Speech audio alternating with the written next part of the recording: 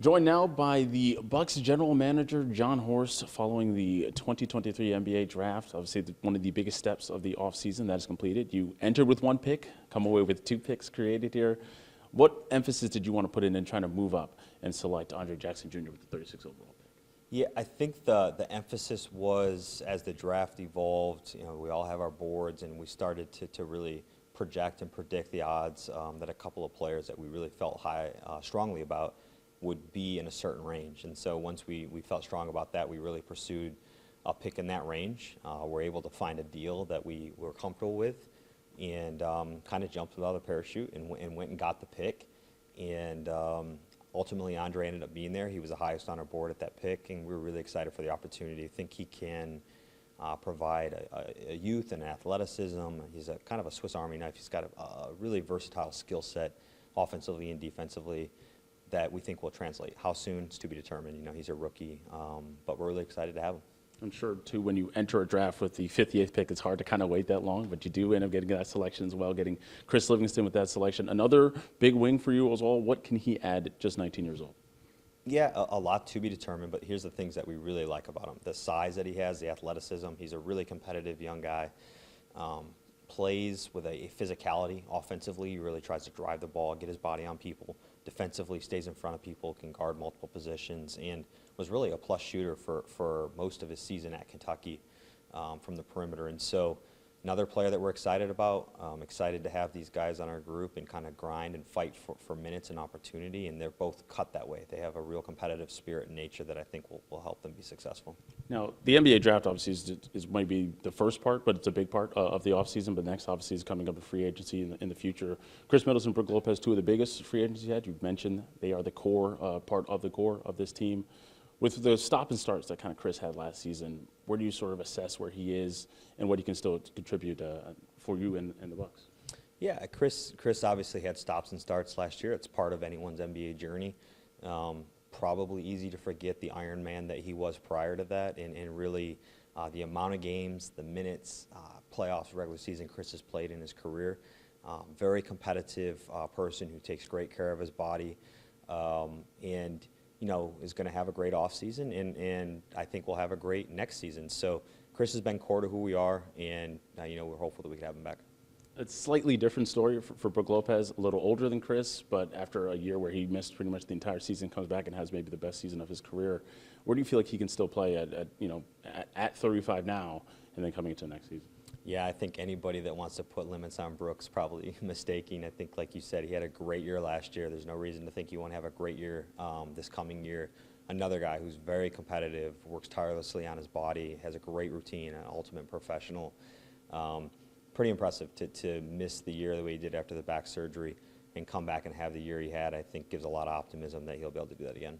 Now, as you mentioned inside following the draft, that the new CBA is it's ratified but not official out there yet, but certainly roster construction, anytime a new CBA is made, it changes and differs. How do you feel like it's going to be different now under this new CBA, and obviously as a team trying to compete for championships once again, but with some high salary guys on the roster? Yeah, I think the how is it going to be different to be determined. I think we all have a lot to learn about the implications and the effectiveness of some of the things that could happen roster construction-wise.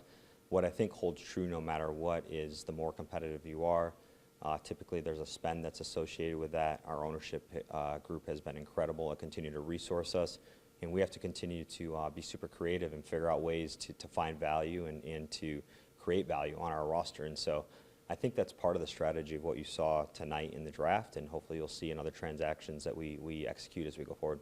Now, obviously, a big change for the Bucks is the new coaching staff that is on this team as well. And as you said, you're building the roster differently, and that's obviously with different coaches in mind and different visions for what they have for the team.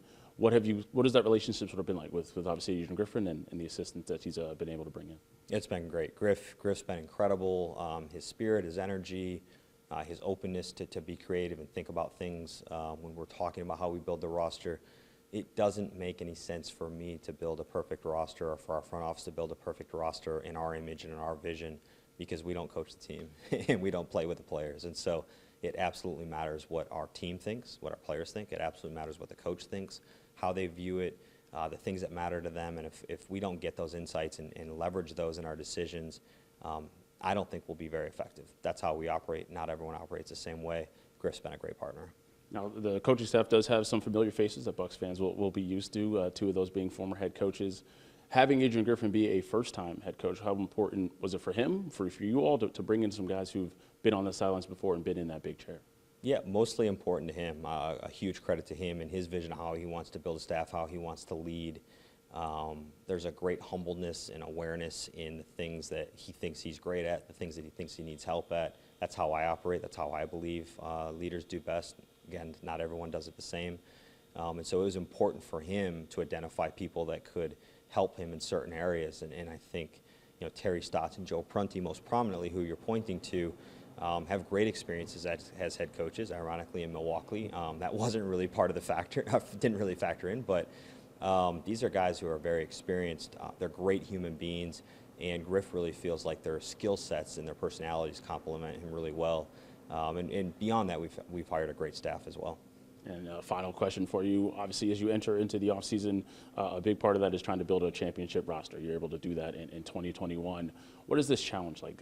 Have you found it different and more exciting just every year trying to, once again, bring a team back to the top of the NBA ladder, if you will?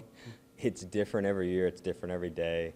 I do think it gets more exciting. I think the challenge continues to be there. I think the pressure always builds, the challenge increases, but the opportunity increases. We have an opportunity with a generational superstar who's an incredible human being in Giannis to lead our franchise.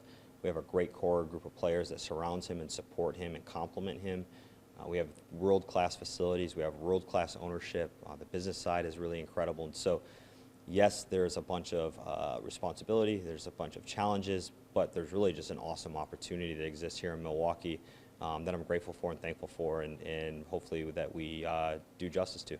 All right, well, Jon Horst, thank you very much for your time. Bucks General Manager Jon Horst following the 2023 NBA Draft. The draft is now done.